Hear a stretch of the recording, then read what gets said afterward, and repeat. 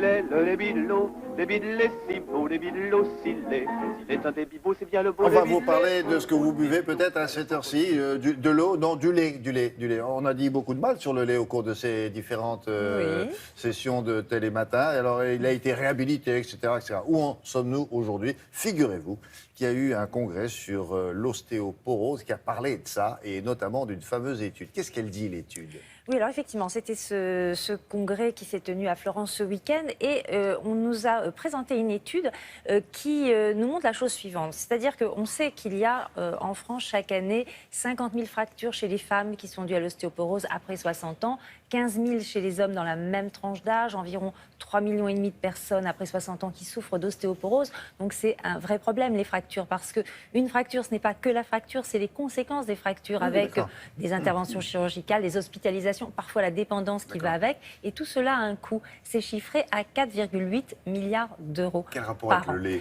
Alors, comment éviter les fractures et comment faire des économies de santé? Est-ce que les produits laitiers pourraient y participer? Donc, ce qu'on sait, c'est que, grosso modo, à partir de 60 ans, les personnes de cette tranche d'âge consomment environ 1 à 1,5 produit laitier par jour. Le produit, ça peut être quoi? Ça, un yaourt ça peut ou être un peu de fromage? un yaourt, un bout de fromage, un verre de lait. Et cette étude, qui est une sorte de modélisation mathématique, a cherché à savoir si on en consommait plus, quelles seraient les conséquences. Donc, l'idée, c'était d'ajouter 2 produits laitiers enrichis en vitamine D chaque jour pour un coût de 54 centimes d'euros. Et on s'est aperçu dans cette étude que cela... évidemment, prévenait le risque de fracture de façon très importante et que cela permettait d'économiser en un an. Donc si sur un an, les personnes de plus de 60 ans, finalement, mangeaient, au lieu de prendre un produit laitier, elles en prenaient 3 par jour, enrichis en vitamine D. Donc le risque de fracture diminuerait et cela ferait économiser sur cette année-là 128 millions d'euros. Oui, mais surtout, donc, ça nous économise des fractures. Et ça économise des fractures, oui, ça rajoute de la qualité de vie et ça fait faire des économies de santé. Mais vous l'avez dit, ce chiffre des 3 produits laitiers a été souvent contesté par les détracteurs des produits laitiers qui pensent que le lobby du lait aurait influencé nos autorités de santé qui nous donnent ce message de consommer 3 produits laitiers par jour. Alors nous avons demandé à un professeur... Non, vous étiez trop jeune. Le verre de lait du temps de Mendès-France, obligatoire quasiment. À l'école. On donnait un verre de lait tous les jours. Et puis après, ça a été contesté, effectivement. Ça a été contesté. Alors on regarde ça. Et donc nous avons demandé à un professeur de médecine qui a décrypté pour nous toutes les dernières études sur le lait, sur les produits laitiers et leurs conséquences sur les os.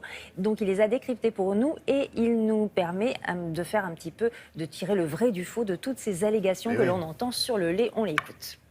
Le lait, c'est la source même de la santé. Buvez du lait.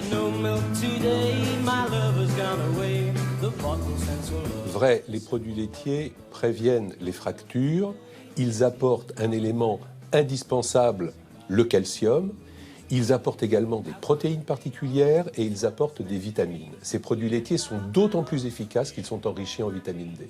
Et la vitamine D permet au calcium, d'une part, d'être mieux absorbé par le tube digestif et d'autre part de mieux se fixer sur les os pour que la minéralisation osseuse soit plus efficace.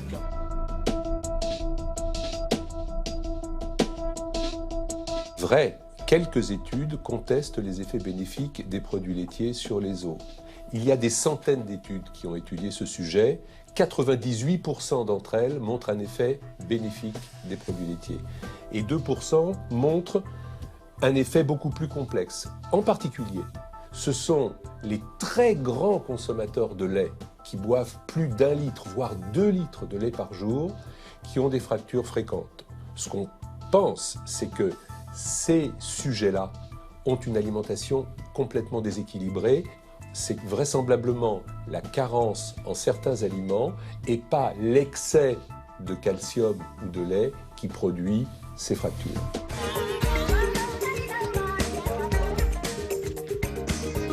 Vrai, les femmes asiatiques font moins de fractures que les femmes européennes et elles mangent très peu de produits laitiers. Il y a énormément de facteurs qui rentrent en jeu. Premièrement, ces femmes asiatiques, elles ont une alimentation riche en vitamine D. Deuxièmement, elles ont une alimentation extrêmement équilibrée et riche en protéines. Donc elles ont une masse musculaire qui leur permet de moins tomber. Et c'est pour ça qu'elles se cassent moins. Mais elles font des fractures néanmoins. vrai, le calcium peut être trouvé dans d'autres aliments que les produits laitiers, dans des légumes, dans peu de la viande, un peu dans du poisson, mais qui est prêt à manger 1 kg de choux par jour pour apporter la quantité de calcium qu'on peut avoir avec une ration de produits laitiers? Par exemple, un yaourt et un morceau de fromage par jour.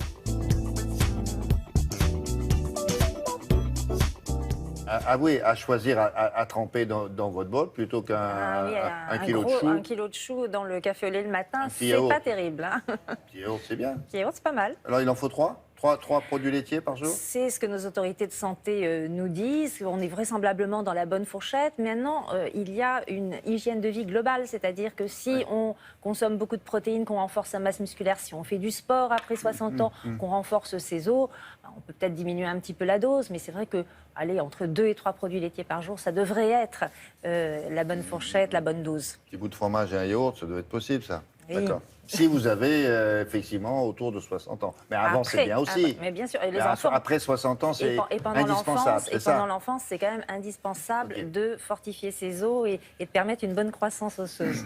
Merci Brigitte. Bravo pour les congrès, les congrès internationaux de médecine. Vous avez la hanche qui se dévisse. Hop, Florence. Sympa, hein, les congrès. Merci beaucoup. Il y a pire. Hein. Oui.